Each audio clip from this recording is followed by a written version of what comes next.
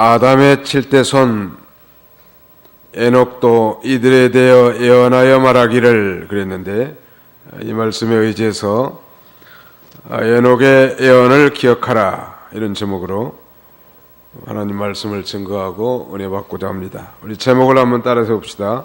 에녹의 예언을 기억하라. 예, 에녹이라고 하는 인물은 우리에게 너무나 익숙한 인물이죠. 그는 65세 무두셀라를 낳고 300년 동안 하나님과 동행하며 살다가 죽음을 맛보지 않고 승천한 구약시대 엘리야와 함께 양대 인물이란 말. 하나님과 동행한 사람. 그는 지금부터 약 5,400년 전, 주전 622년 아담의 7대 손으로 출생해서 65세 무두셀라를 낳고 낳은 다음부터 300년 동안 동행했단 말. 왜 그 아들 낳은 다음부터 하나님과 동행했을까? 거기에 대해서 해석이 분분하지만 그의 아들 무두셀라라는 이름을 통해서 해석한 경우를 보면, 이 무두셀라라고 하는 이름의 뜻은 그가 죽으면 심판이 온다, 그런 의미인데, 그럼 우리가 잘 아는 무두셀라는 우리 인류의 최장수자 969세를 향수한 인물인데, 그가 969세에 죽는 그해, 노아 600세 되던 해, 온 인류는 죄로 말미암아 하나님의 홍수 심판을 받게 됩니다. 그런데 한 가지 중요한 건, 오늘 본문을 보면 유다서에서는 그가 하나님과 동행한 인물, 그가 죽음을 맛보지 않고 승천한 인물 외에 장차 이 메시아를 통해서, 즉 예수 그리스도의 재림을 통해서 이 세상에 심판이 올 것을 예언하고 있다는 놀라운 사실이 오늘 유다서에 기록이 되어 있습니다. 거기 다시 한번 보십시오. 14절에 아담의 7대 손 에녹도 이들에 대하여 예언하여 말하기를, 보아라, 주께서 그 수만 명의 성도들과 함께 임하셨으니, 마치 과거 시제를 사용해서 확실한 진리에 대한 확실성을 분명하게 얘기해 주는데,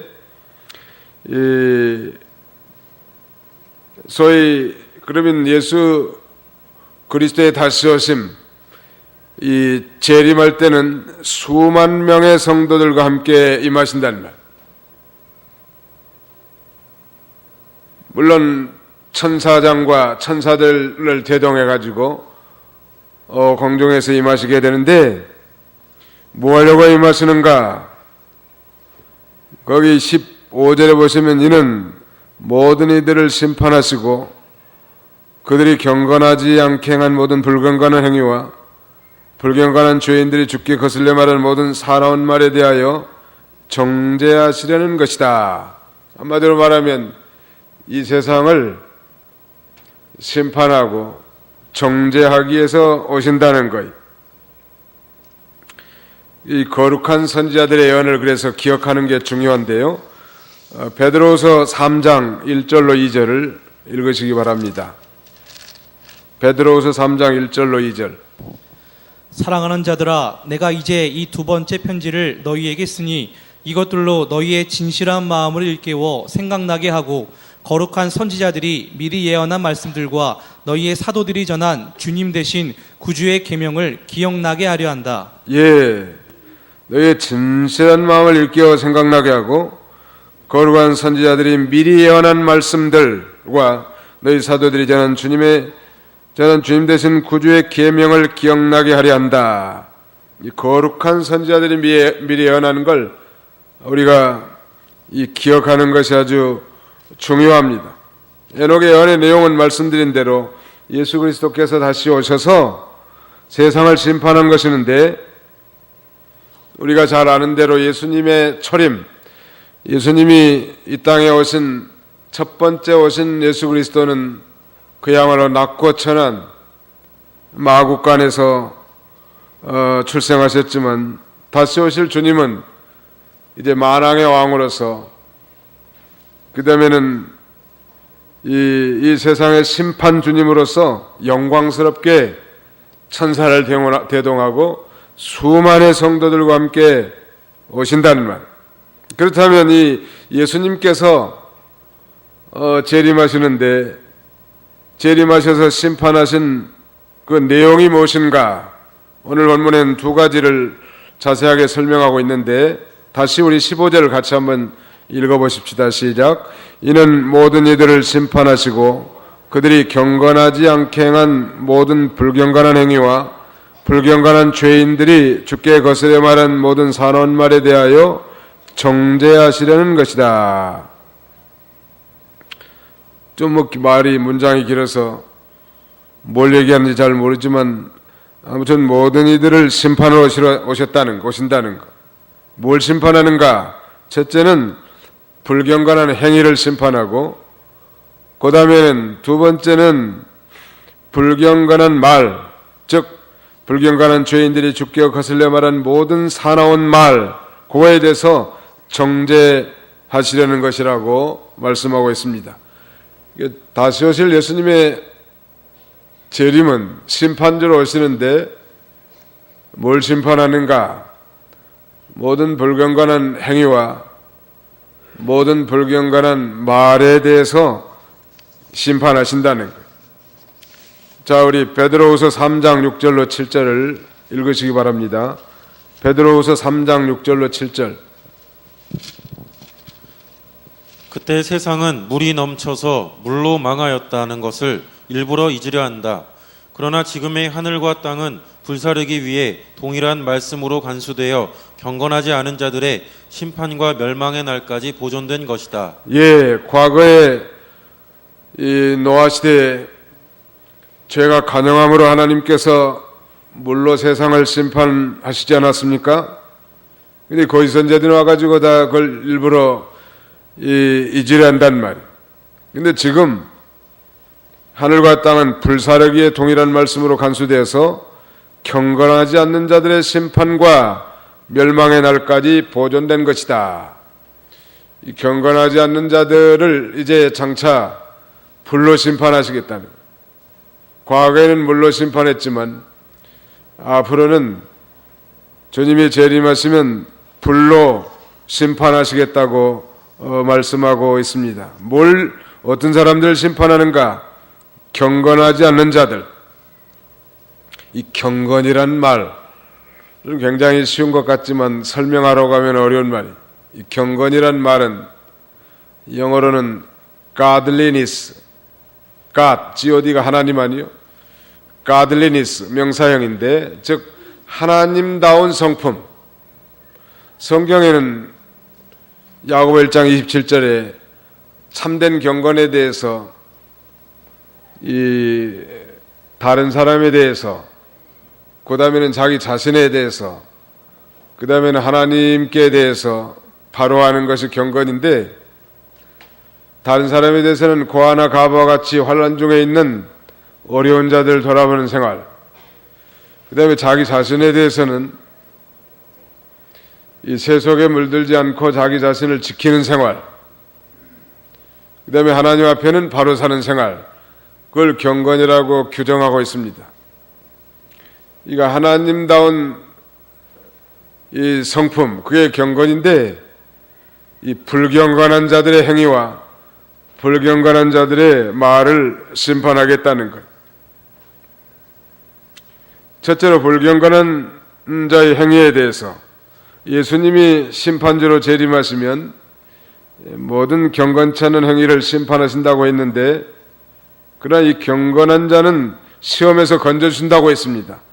역시 베드로후서 2장 9절을 또 읽으시기 바랍니다. 베드로후서 2장 9절. 주께서는 경건한 자들을 시험에서 건져내시고 불의한 자들을 심판의 날까지 형벌 아래 가두어 두실 것을 아시니.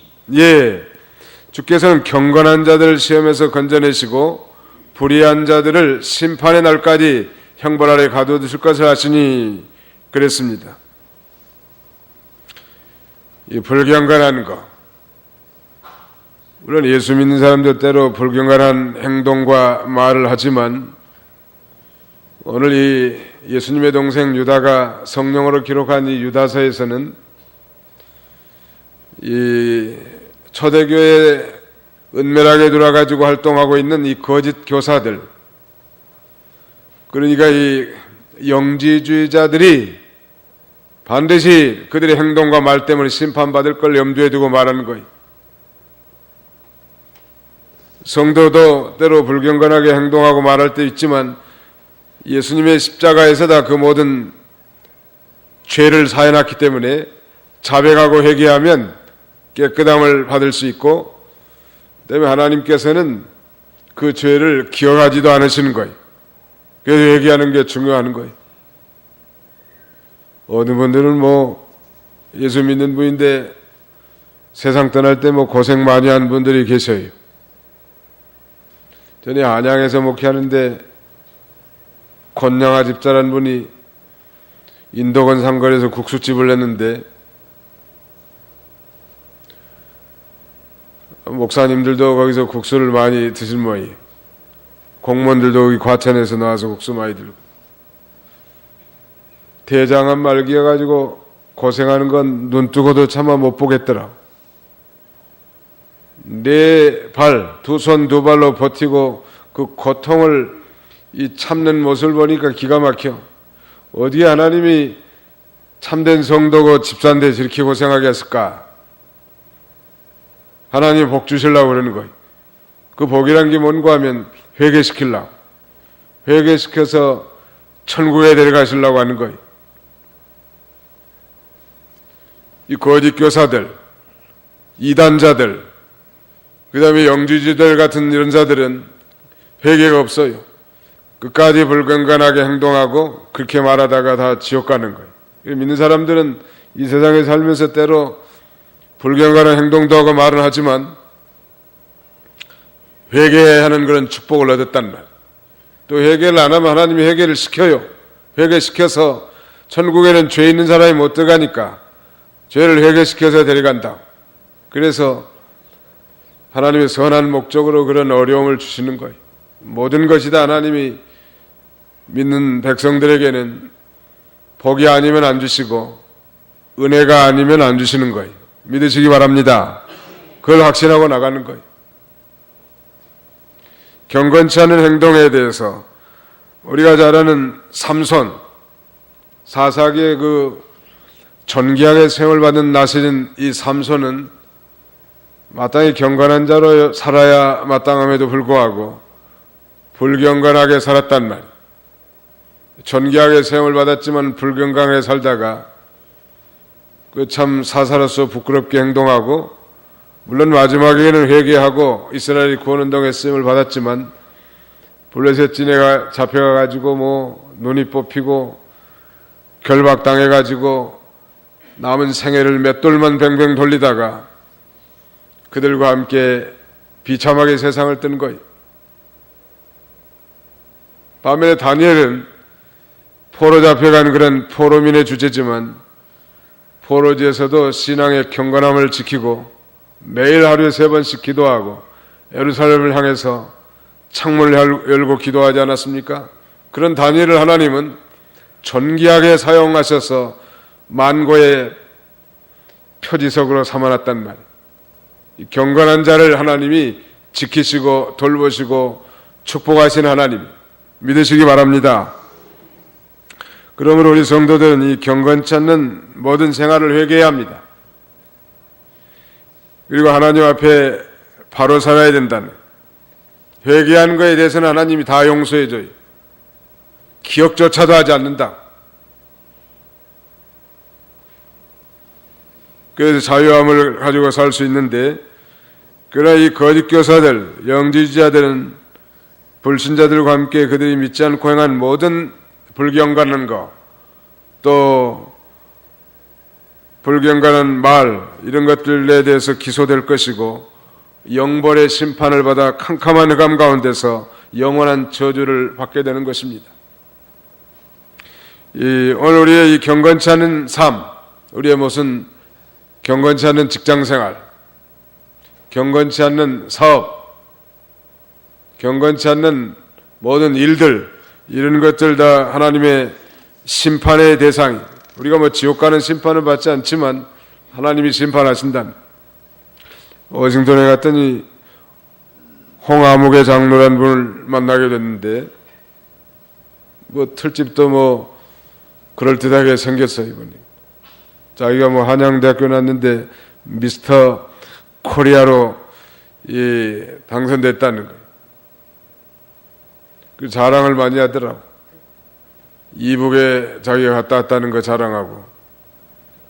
아무튼 뭐 입만 벌리면 자랑이요. 근데 많이 한국에서 실패하고 미국 가가지고 재혼해서 사는데 봉제 공장을 해가지고 돈을 많이 벌었대요. 직원도 뭐 많이 건드리고. 그래서 하나님이 축복하신 줄 알고 거기서 미국 가서 장로 안수를 받고 그런 감동을 주더니 하나님 앞에 천당 가기 전에 워싱턴 근교에 기도원을 하나 세워야 되겠다. 그런 감동을 받았다는 거예요. 하나님이 그런 마음을 주니까 얼마나 기뻐서 그 공장이 잘 돌아가게 만들어가지고 돈을 많이 벌었다는 거예요. 몇백만 불 벌은 모양이에요. 집도 여러 채고 차도 여러 대고 고급 외제차가. 근데 돈을 많이 버니까 딴 생각이 들더래요. 한 번만 사업해가지고 돈을 번다며 하자. 그래가지고 해서는 안 될 불경건한 일을 한 거예요. 그게 소위 리커 사업이라고 하는 건데, 말이 리커 사업이지 우리말로 하면 술장사예요. 술장사. 여기는 뭐 그 양주들, 각종 양주들 갖다 파는 리커 스토어가 있는데 그걸 하는 거예요. 제가 질문하겠습니다. 그 장로님에게 복을 주셨을까요? 복을 안 주셨을까요? 물어보나 마나요, 그건. 하나님이 사기꾼을 만나게 해가지고 완전히 쫄딱 망하게 된 거예요. 아니, 장로님이 돼가지고 세상에 술장사라면 되겠단 말이에요. 그리고 본인은 또 몸에 징계를 받아가지고 이 신장이 망가져서 일주일에 3번씩 투석을 한다. 살아있으나 뭐 죽은 생명이나 마찬가지인데, 그리고 이제 숨만 남아있는 거예요. 그래서 그리고 이제 회개하고 이제 남은 생에는 바로 살려고 하는 그런 마음을 엿볼 수 있었지만 너무 실패했단 말이에요. 천국에는 가겠지만 그 하나님이 거룩한 소원을 주셨을 때, 그런 비전을 가지고 또 하나님 물질도 줬을 때 하나님 앞에 서원한 걸 이행했더라면 하나님이 엄청나게 쏟아 부어줬을 건데, 그 불경건한 일에 유혹을 받아가지고 참 생이 망가진 거이 말하죠. 그래도 대한 백성이니까 하나님이 징계해서라도 회개시키면서 생각해 일주일에 3번씩 하루에 갈 때마다 서너 시간씩 누워서 피가름을 하고 있다는 건 기가 막힐 일이요. 그래도 믿음이 있으니까 회개하면서 또 천국을 소망하면서 사는 거예요. 그래서 좀 더 일찍 경건한 삶을 살았으면 얼마나 좋았겠냔 말이에요. 우리는 예수를 구주로 믿는 거룩한 하나님의 자녀들이 됐으니까 이제 죄 짓는 일을 해서는 안 되고 불경건한 일 해서는 안 된단 말이에요. 이제는 주님 맡겨주신 모든 일들에 대해서 주님께 하듯 정성을 다하고 최선을 다해야 합니다. 가령 구두를 만드는 일을 한다. 그러면 하나님을 경외해야 하고 또 이웃을 사랑하는 마음으로 구두를 신을 소비자들이 편하고 좋은 구두를 만드는 일에 최선을 다해야 할 것입니다. 음식도 마찬가지. 음식점을 한다. 하나님을 경외하고 사람들을 사랑하는 마음으로 우리 집에는 고객들이 내 가족들처럼 안심하고 먹거리를 찾을 수 있도록 최선을 다하는 거예요. 그게 경건한 일이에요. 전에 보니까 무슨 중국산 수입품 꽃게에서 납덩어리가 발견됐다는 거예요.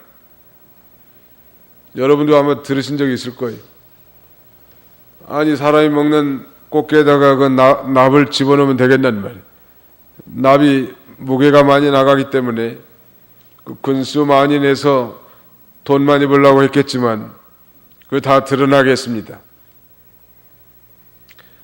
불량한 장사하면 안 된다는 건 언제나 정직하게 하고 경건하게 하면 하나님이 도와주시는 거예요. 믿으시기 바랍니다. 하나님이 도와주셔서는 거예요. 믿는 사람. 세상 사람들처럼 뭐 술수를 쓰고 뭐 비양심적으로 하고 그래서 하는 게 아니고 양심 똑바로 쓰고 정직하게 행하면 하나님이 도와주셔서 안 될 것 같은데 되는 거예요. 망할 것 같은데 흥하게 하고. 왜 그런가? 하나님이 도와주셔서 되게 하시기 때문에 그렇단 말이에요. 우리는 무슨 일을 하든지 하나님 앞에 바로야 합니다. 하나님께서는 우리 마음을 저울질하실 뿐만 아니라 우리 행동을 달아보고 그 불경건함과 불의가 드러나면 반드시 심판하시는 거예요. 잠언 24장 11절 12절 읽으시기 바랍니다. 잠언 24장 11절로 12절. 죽음으로 끌려가는 자들을 건져주며 피살될 자들을 구원하는 일에 주저하지 마라. 내가 이것은 우리가 알 바 아니다 하고 말한다 할지라도 마음을 저울질하시는 그분이 어찌 헤아리시지 않겠느냐. 내 영혼을 지키시는 그분이 알고 계시지 않겠느냐. 그분이 각 사람의 행위대로 갚으실 것이다. 예, 재앙에 거기 보면 죽음으로 끌려가는 자들 억울하게 또 피살될 자들 이거 생명 살리는 일에 앞장서야 되겠는데 우리 알 바 아니다 그렇게 말한다고 해도 우리 하나님은 마음을 저울질하신 분이시고 또 행동을 달아보신 하나님이시기 때문에 각 사람의 행위대로 하나님이 다 갚으신다는 거예요. 우리 하나님은 마음을 저울질하며 저울 근수가 몇 근이나 나가겠는가 저울질해가지고 근수가 현저하게 모자라면 그 불경건함에 대해서 또 그 불경건한 말에 대해서 하나님이 심판하시는 거예요. 하나님 앞에 근수가 좀 많이 나간 사람들이 돼야 되겠는데 어떻게 하면 하나님 앞에 좀 인정받는 사람이 될 수 있을까? 말씀을 순종하는 사람이 근수가 많이 나가요. 하나님 말씀을 순종하고 나간 사람들. 사무엘상 2장 3절 이하에는 행동을 달아보신다 그랬는데 거기도 한번 읽어보세요. 행위를 저울에다 하시는 분이시다. 사무엘상 2장 3절. 너희는 심히 교만한 말을 다시 하지 말고 오만한 말도 입에서 내지 마라. 여호와는 지식의 하나님이시며 행위를 저울에 다시는 분이시다. 예, 행위를 여호와는 지식의 하나님이시며 행위를 저울에 다시는 분이시다. 전에 어떤 사람이 자기 아들하고 한낮에 밭길을 지나가는데 배가 너무너무 고프더래요. 자기도 배고픈데 자기 아들도 배가 고픈 걸 참아 못 견뎌서 그 지나가다가 수박밭이 있는데 남의 수박밭을 지나가면서 아들하고 공모를 한 거예요. 아가, 우리 배고픈데 저 수박이나 하나 따먹자고. 너는 여기서 좀 망을 보라고. 내가 들어가서 수박을 따올 테니까. 그래가지고 그 아버지는 수박밭에 들어가고 아들은 길가에서 망을 보내요. 주인이 오는가 안 오는가. 가가지고 대충 작은 데서 뭐 하나 뚝 따가지고 가면 좋을 건데 한가운데 가지고 그 주인이 제일 아끼는 수박, 그 밭에서 제일 큰 수박을 막 달라고 하는데 아버지 하고 큰 소리가 들린 거예요.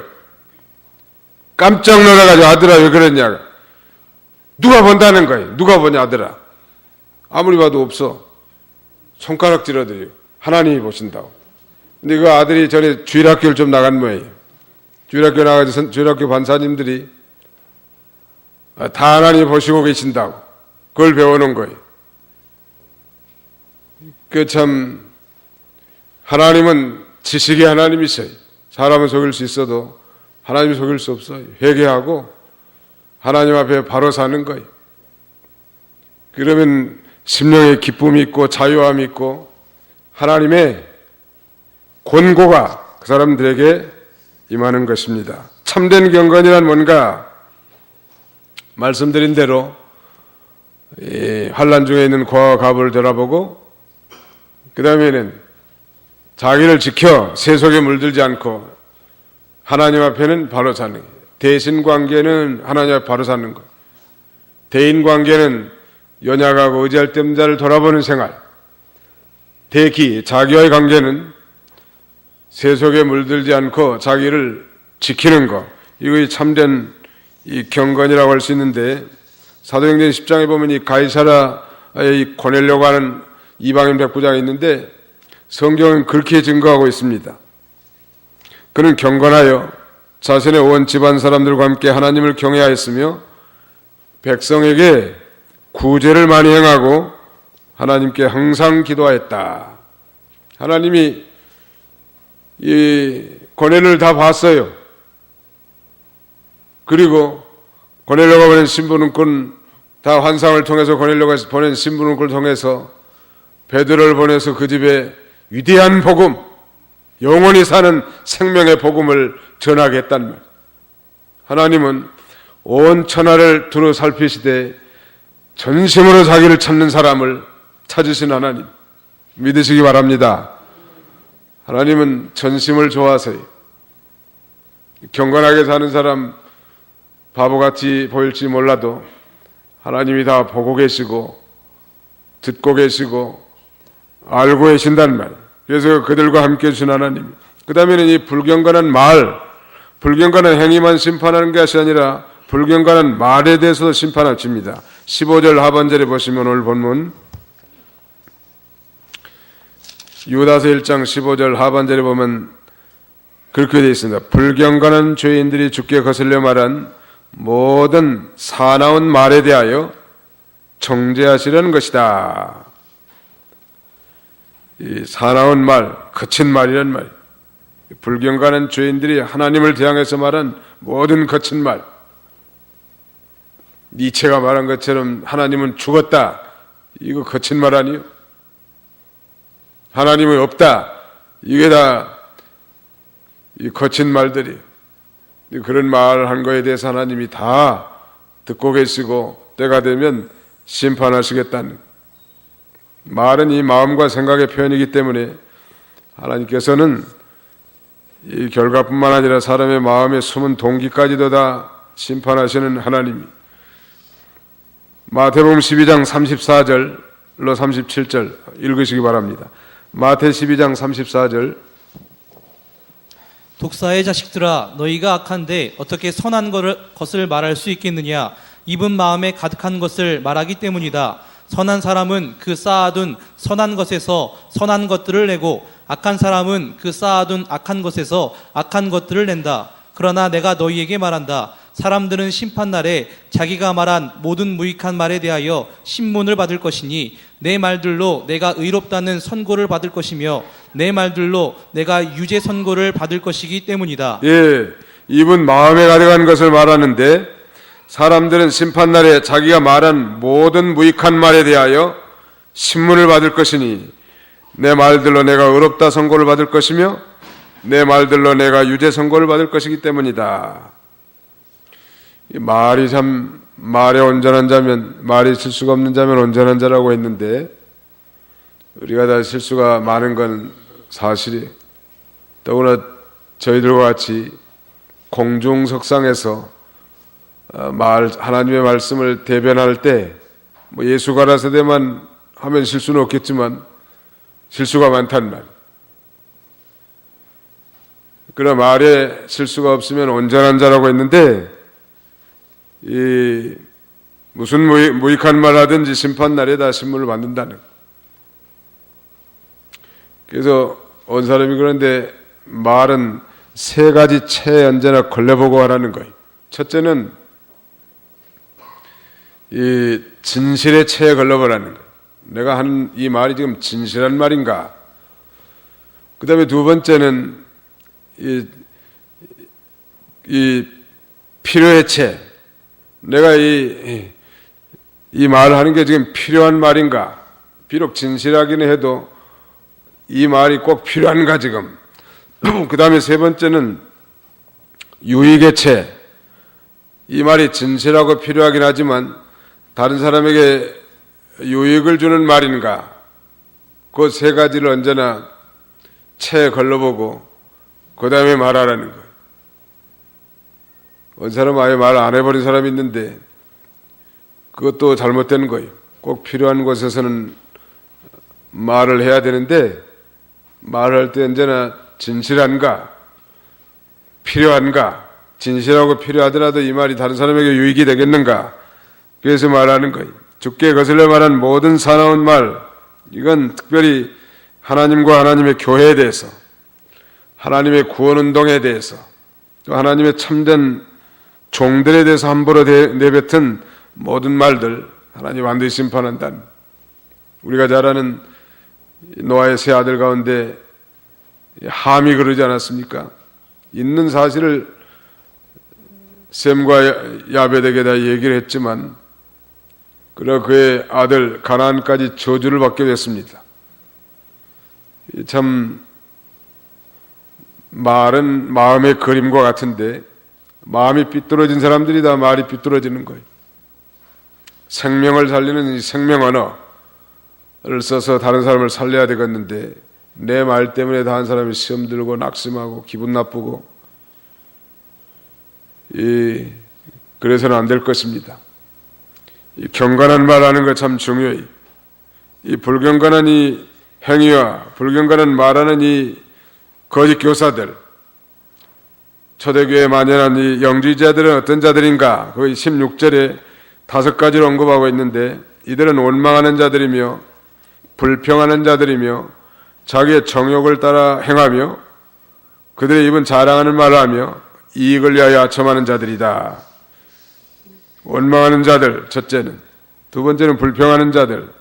세 번째는 자기의 정욕을 따라 행하는 자들. 네 번째는 그 입에 자랑하는 말을 하는 자들. 그 다음에는 이익을 위하여 아첨하는 자들이라는 것. 원망불평. 원망불평하는 건 강조해서 말씀드리지만 하나님의 주권을 믿지 못하는 불신앙이에요. 우리는 언제나 경건한 말을 해야 합니다. 감사의 말.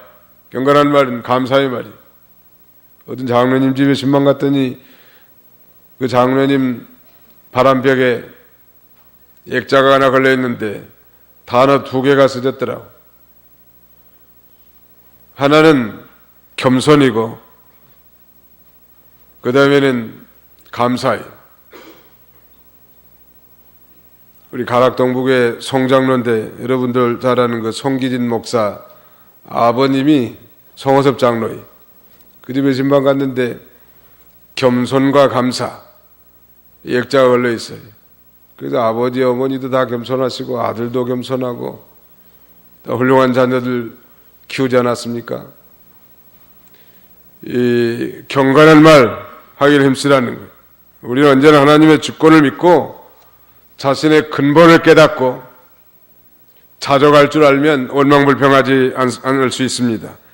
그 다음에는 자기 정욕을 따라 행한 사람들이, 특별히 영지주의자들은 정말 참된 종교, 바른 진리의 종교라면 이 성결한 삶을 살아야 되겠는데 정욕을 쫓아 행했단 말. 우리는 정과 욕심을 믿는 순간 예수님이 십자가 함께 못 박은 자인 줄 알고 반복해서 말씀드리지만 성령의 인도를 따라 살라는 것 믿으시기 바랍니다. 성령의 인도를 따라 살 때 육체의 정욕을 이길 수 있어요. 자기 힘으로는 안 돼요. 그 다음에는 그들의 입은 자랑하는 말을 하며, 이 자랑하는 건 세상에 속한 거예요. 육신의 정욕과 눈의 정욕, 그 다음에 이 생에 자랑은 다 하나님께로 쫓아난 것이 아니고 이 세상으로 쫓아난 거예요. 이 하나님의 사랑이 그 안에 있지 않은 증거예요. 그 다음에는 이익을 위하여 아첨하는 자들, 자기 유익을 위해서 상대방에게 과도하게 칭찬하는 건 그건 외식이고 불경건한 일입니다. 야고보 1장 26절에는 이렇게 말씀하고 있습니다. 누가 스스로 경건하다고 생각하며 자기 혀를 제어하지 않고 자기 마음을 속이면 이런 이의 경건은 헛된 것이다 라고 말씀하고 있는데, 날마다 이 혀에 자갈을 물리는 거예요. 그래서 내가 하는 이 말이 진실한 말인가? 또 이 말을 내가 할 필요가 있는 말인가? 진실하고 필요하더라도 이 말이 다른 사람 듣기에 유익한 말인가? 언제나 생각해 보면서 하는 거예요. 황후 장사가 없다는 말이 있는데, 누구든지 경건을 연습하지 않고 경건 생활에 창념하지 않으면 아무리 무슨 이 믿음이 좋은 사람이라도 실수할 수밖에 없는 거예요. 아침에 좀 경건 생활에 성공하면 그날 하루 좀 하나님의 거룩한 도구, 영광을 돌리는 그런 도구로 쓰임받을 수 있지만, 아침에 덤벙덤벙 경건 생활을 소홀히 하면 세상 사람이나 별반 다름이 없이 말도 하고 행동할 수밖에 없는 연약한 자들이란 말이에요. 오늘 이 에녹의 예언을 기억하라. 에녹의 예언의 핵심은 장차 예수님의 재림 때 이 세상을 심판하는 예언인데, 심판의 중점 대상 두 가지는 모든 불경건한 행위와 불경건한 말에 대해서 심판한다고 했습니다. 우리의 언어 생활을 한번 되돌아보고 이 경건을 연습하고 창념해서 우리의 행위와 언어를 통하여 하나님께 영광 돌리는 그런 저와 여러분들이 다 되시기를 주님의 이름으로 축원합니다.